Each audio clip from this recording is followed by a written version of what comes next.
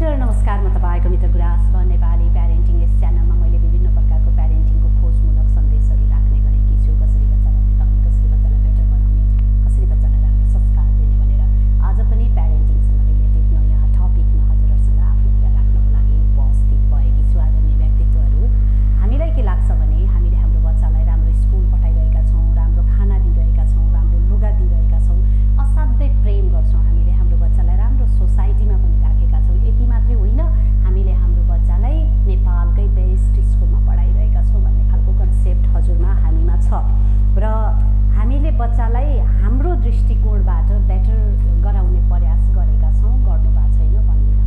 तर यति हुँदाहुँदै पनि हामीले आजको डेटमा म जब गइरहन्छु यो विषयमा, होइन, धेरै गहिरो कुरा नेपालमा सुन्ने चलन त छैन, तैपनि एउटा युट्युबमा राख्दै दुईजनाले हेरे पनि यदि उहाँहरूमा रूपान्तरण आयो भने त्यो सबैभन्दा बेटर कुरा हो। धेरैजनाले सुन्न जरुरी छैन, थोरैले सुनेर यदि आफ्नो जीवनमा आत्मसात गर्नुभयो भने त्यो चाहिँ सबैभन्दा बेस्ट कुरा हो। म त्यसरी लिन्छु। म जब गहिरेर हेर्छु सोसाइटीमा आजको मातापितालाई जब म गहिरेर हेर्छु, आजको डेटमा आफ्नो सन्तान सन्तति र सन्ततिको भोलिको भविष्यलाई प्रेम गर्ने एउटा पनि मातापिता म देख्दैन। राम्रो अन्न उत्पादन भइरहेकै जमिनमा लगेर आनन्दले विषादी हालिदिइरहेका छौँ, होइन। अनि खेतीपाती गर्नेले विषादी हालेर विषाक्त तरकारी उत्पादन गर्दै हुनुहुन्छ। दुधको व्यवसाय गर्नेले गाईलाई मजाले भिटामिन अब के हो खुवाएर दुध उत्पादन गर्दै हुनुहुन्छ। तपाईँ हामी नै है, मैले हजुर भनेको छैन, तपाईँ हामी नै यसो गर्दैछौँ, होइन। अनि अब अहिले रिसेन्टली न्युज आयो, आयोडिन नुनमा लगभग 25%ले बढी आयोडिन मिसावट भइरहेको भन्ने त हामीले समाचारै हेऱ्यौँ। भनेपछि नुन उत्पादन गर्नेले नुनमा 25% ज्यादा आयोडिन हालिरहेका छौँ। त्यसको असर के होला? औषधि उत्पादन गर्नेले औषधिमा मिसावट गरिरहेका छौँ। सबैलाई भनेको छैन, गर्नेहरूलाई भनेछु। गर्नेहरूको तपाईँ हामी मध्येबाटै हो, होइन, तपाईँ हामी मध्येबाटै हो। अनि फलफुल जसले बेचिरहनु भएको छ, उत्पादन गरिरहनु भएको छ, उहाँहरूले नि मजाले विषादी हालिदिइरहनु भएको छ। अनि जुन क्षेत्र पनि के पत्रकारिता हेरौँ, नेगेटिभिटीले भरिएको छ। म त हेर्दिनँ समाचार, त नेगेटिभिटी पुरै फुल, दिस द्याट टाइप्सको न्युजहरू, होइन, दिमागलाई नै ब्लास्ट गराइदिने।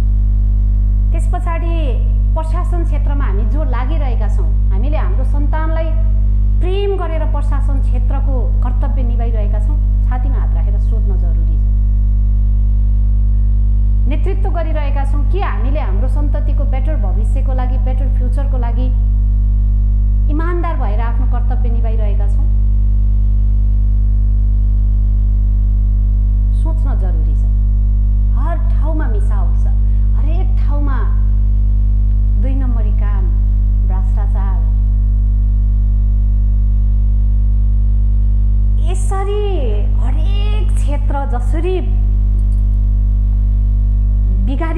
बिगारिरहेका छौँ, बिग्रिरहेको छ, के हामीले हाम्रो सन्तानलाई वास्तवमा माया गर्यौँ त? के हामीले हाम्रो सन्ततिलाई वास्तवमा माया गर्यौँ त? के हामीले हाम्रो सन्ततिको लागि वास्तवमै सही वातावरण, सही धरती, सही ब्रह्माण्ड तयार गराइदिइरहेका छौँ त?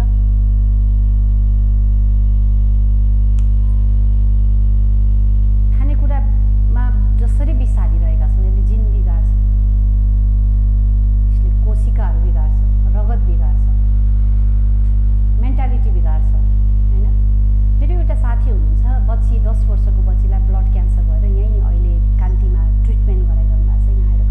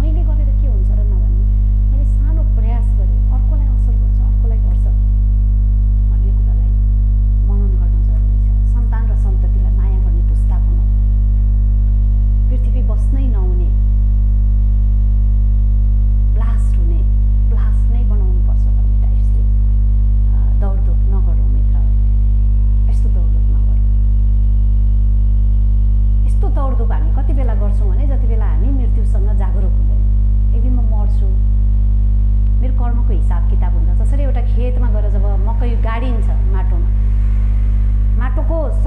माटोको उमा सम्पर्कमा आइसकेपछि त्यो रुख बन्छ नि, त्यस्तै गरेर यो कर्मको पनि हिसाब किताब हुन्छ। म जागरुक भएर मेरो भूमिका निभाउनु